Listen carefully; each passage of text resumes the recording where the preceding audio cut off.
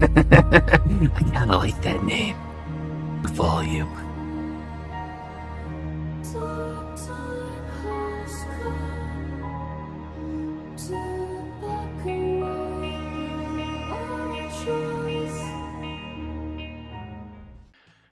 Hey, what is up, guys? Welcome to the channel. If you are new, be sure to hit the like button and subscribe for more Marvel Snap content. All right, so on a real note, though, this meta sucks, but we're going to be talking about a deck I've been using and having some success with. Now, this deck isn't a deck that you're going to see ever because it's kind of my own little thingling. We do that here. We make our own little style of decks and we make them work. And while hitting Infinite can be tricky, especially in this sort of meta, you can kind of wing it and make it work. So the deck consists of Majestic Wingbeat, The Hunger, Kitty Pryde, Lockheed, Chamber, Hope Summers, Zombie Scarlet Witch, Zombie Giant Man, Xiao Lao, The Undying, Armazola, Taskmaster, and Fing Fang Foom. I don't like running Fing Fang Foom. In fact, I really don't like FFF. I only run them in this deck because if you're not running FFF, you're inting. No, I'm joking. I hardly play them. But when I do play them, it's just because I have the option and energy to. I try not to. I prefer playing in the other ways. I'd rather have a Xiao Lao game than a Fing Fang Foom game. It's just Fing Fang Foom is just so meta that you have to like kind of squeeze him in your deck and hope that it works. Even after his nerf, he's still kind of like insanely busted, right? But the main reason this deck is so cool, in my opinion, is because we're running Chamber. Now, Chamber is a card that I've been wanting to play for a long time because I've had him. I just couldn't figure out how to really use him because he isn't the easiest to use in theory, but when you can use him and utilize him really well, it's really, really fun just to see him go from a 2-2 to like the 2-15. Now, in this deck, you're not going to be able to do that. This is not that deck. I had a deck that I was running just to see if it would work, and he would get to plus 15, and it was hilarious. But I don't like running MODOK and Hela with Fing Fang Foom, and that nasty cluster of like stupidity that is Star-Lord. I have some standards, and this is what I've come to build. So in this deck, ideally, he'll get the plus 8, which is still really good, and on his best condition, you'll get him the plus 10. Yeah, plus 10. Aim for plus 8, though, and you'll feel pretty good about it. So, how does this deck function? Well, it's just like your typical zombie decks with extra steps. In your early game, you're trying to play Kitty Pryde plus one other card, whether it's the Hunger, Majestic Wingbeat, Lockheed, Hope Summers, like Zombie Scarlet Witch. You want to try to like double down as much as you can to stack up your Xiao Lao, which can get relatively pretty sizable. Plus 10 to 12 is usually the average on a really good game. Plus 15, which seems to be the trend. And you play up your horde. Towards the end of the game, depending on like your energy situation, which should be pretty solid in your field situation, if it's not too crowded, you could Armazola, your Giant Man. You could Taskmaster, your Giant Man. You could Fing Fang Foom and play Giant Man early, like a turn early. That way you have a big location and you just Fing Fang with the other location. It's kind of flexible what your win con is, but ideally it's Zombie Giant Man or Xiao Lao. Those are your two core win conditions. And then your bonus win conditions, depending on if they play Magic or if you have the extra energy, is Armazola, Taskmaster, and Fing Fang Foom. Those are like your additional routes. So it does flow quite nicely, but the whole point of this deck was to glaze Chamber and just like talk about Chamber because I think he's really cool. Really cool card. So we're going to jump into some games and we'll see what we do or see how we do. And if you haven't yet, be sure to subscribe and join the membership. You get some emotes. It's pretty cool. All right, here's our first game. We do have our snap thingy-majiggy up on the sides. Apologies if you can't see the enemy's deck. I don't think that's more important, or I don't really know where else I could put myself. Probably at the bottom left where the retreat button is. Will it block me? Ooh, let me minimize right here. I think this will also work. I can go a little bigger, actually. Right there. I think that works. Our first hand, we don't really have anything, so we're gonna sit and wait. I think that's a good spot. If I retreat, you'll see me retreat, or I'll say I'm retreating. Chamber is a possibility. Cards here have +1 power. That's pretty good. Pretty good. We'll play Chamber there. We have 2 cards in our hand over 5 power, so he is not ready to be popped yet. Ooh, that would have been better to actually put him there, but it's all good. We want to put Hope Summers there, actually. We could wait a turn, really wait a turn, but it's all good. He's gonna Green Goblin. That's unfortunate. It's not really ideal. We have Kitty Pryde now, so what we could do is try to do... well, we want the energy. We'll see if we can get lucky with where the Horde goes. We have 3 now in our hand. We need to pop him probably by turn 5. We could do it on last turn, but it's very situational. Because you don't want to pop him on your last turn because you want to play cards on your last turn. So we pop him now, I think. He's doing okay. That's really annoying. He's kind of being a little annoying little guy, isn't he? Taskmaster. So we'll pop this now. We'll play you. Unfortunately, I don't really want to play this. We could do this. -3 power. We could go here too and try to outperform that. This might be a better play. We still get our... yeah, we'll get out of that. We don't get Scarlet Witch, so we can't really utilize the Giant Man completely. But he can't play anything in the middle because he'll switch sides, right? So he's going to have Sentry there.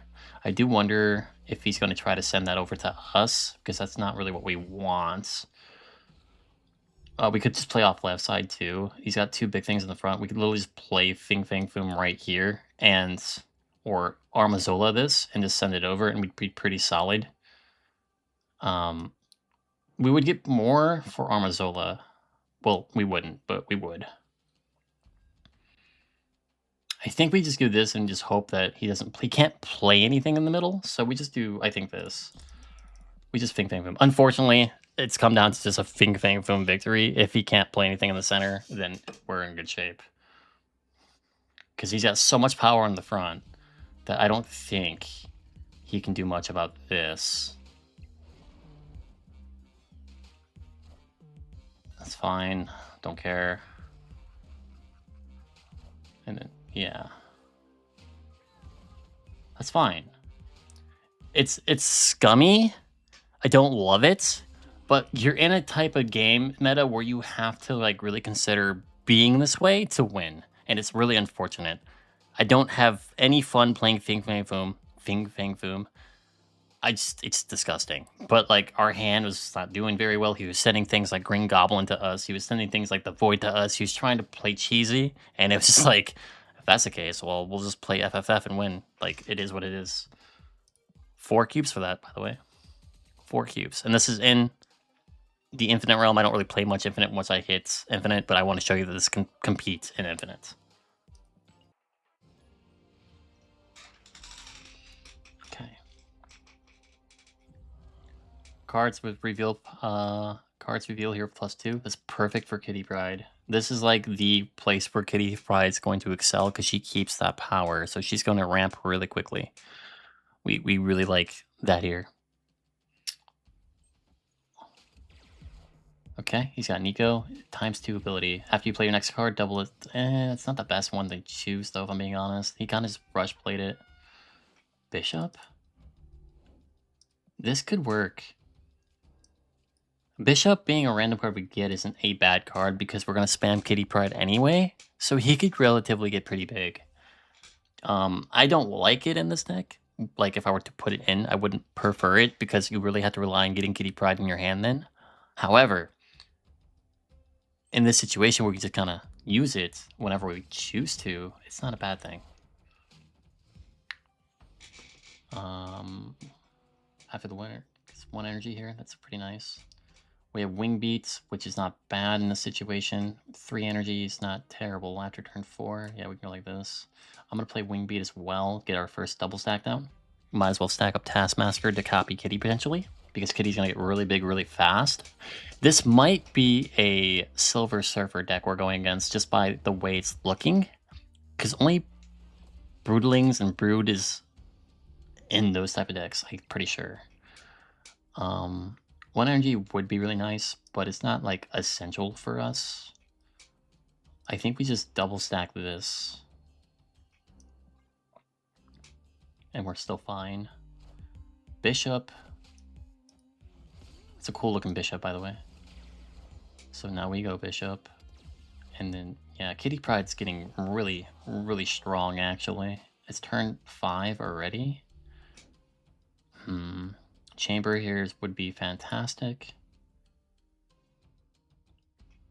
We could just straight up play Taskmaster with our Kitty Pryde. That is completely feasible. As long as he doesn't get hit, which he didn't. Nice.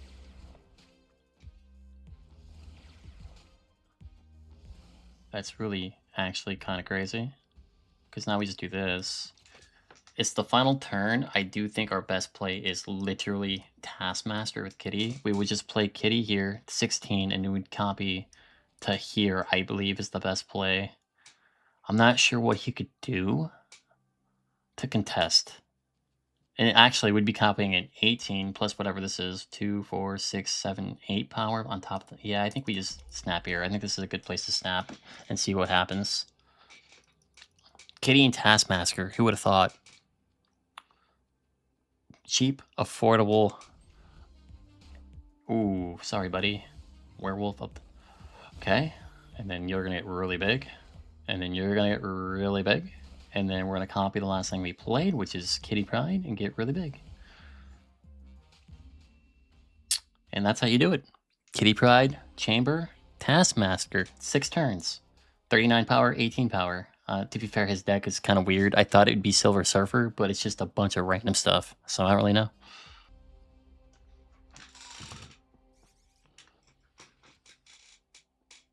Squirrels. We don't like squirrels. No one likes squirrels.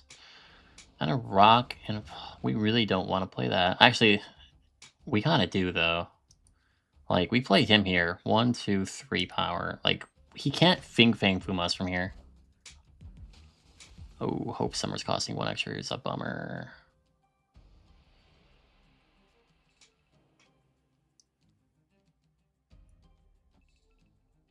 We hold off a second. We'll play the Scarlet Witch, though, for sure, and see what happens. I don't like the squirrels at all. The squirrels really... Why would you play that on the... That's a very interesting decision you just made, I guess. We could hoard. Summers would be great. I guess we go like this for now. Because we want the energy anyway, and this will give us the extra energy. I'm waiting one more turn to play this because we have 1 turn left to actually decide whether or not we do this or not. This will give us an idea where our hoard will go. So everything will be moving to the right. Well, not everything. Mostly everything, though. What will go. So our stuff's separated. It sucks that... Oh. That is terrible. How do we even go about playing this? I guess like this. Not this. We make Fing Fang Foom 1 cheaper. We could play the rock here as well, just because it'd give us more leeway to power. We pop you. You should 1, 2, 3. You should be pretty solid. Punisher, that's fine. The bigger they are in the front, the better for us. So we are bigger there. We're bigger there. Yeah, we snap. We're feeling pretty good about this, actually. We're feeling really good about this. The board literally said, nah, I'd win. I don't know what he has, but I don't know where you get your extra power from to beat the middle lane when you only have 1 spot left. And the left lane is ours. And we win rights. Unless I'm crazy. Yeah, it doesn't do anything for you. Claw. Yeah, no.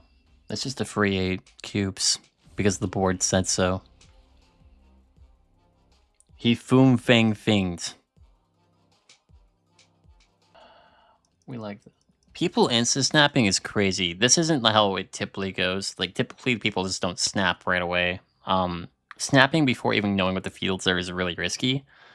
Especially since like they don't know what we're playing, right? They have no way of knowing. So this is really risky by them to just snap right away and when they don't know what we're playing. Especially since we could definitely utilize this card here. We don't really have any ongoing cards, so that doesn't really benefit us. But what we can do is double down on this. This is something we can do. Make Fing Fang from a lot cheaper. That way, we're good to go. Very interesting.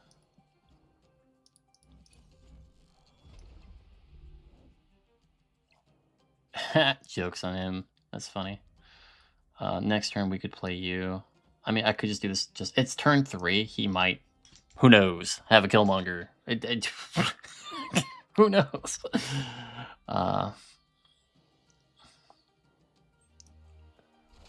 Okay, Mirage.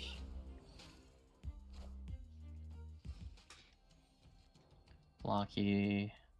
We could definitely abuse this, to be honest with you. That way we have the power here and he doesn't. It's not a bad idea to minimize his...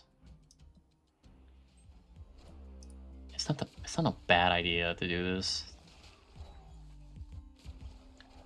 Adam Warlock and Kitty. Okay. Well, we're gonna burn your Kitty down just a little bit. It's turn, what? Turn 5? Chamber. That's really strong, actually. 1, 2, 3. Well, it won't be as strong next turn. But we double down. We definitely activate Chamber next turn.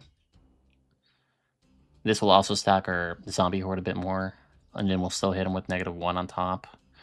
So we'll see what happens here. He's playing this. That's fine. Kitty Pryde in center. It's to be expected. Stack that up a little bit more. Stack that up a little bit more. Burn that down a little bit more because our power transfers over, which is why it's so important that we get that demanding lead. We do have a Shallow that can give +9 power. This is the final turn of the game. In reality, we do this. And it is quite easily a pretty free win. Really easily pretty free win. So, because we're getting 14 power plus the 7 to every location. So, it's pretty easily a free win here. 36, and we make that bigger. That doesn't matter. We don't care. Kitty Pryde isn't going to change the outcome of this game. No offense. It's just Fing Fang Foom difference, man. It's just the Nexus is so broken when Fing Fang Foom exists in this game. Essentially, we didn't really have to do much that game. We really didn't. It was just a Fing Fang Foom game because of the Nexus existing, and that's the reality of this meta.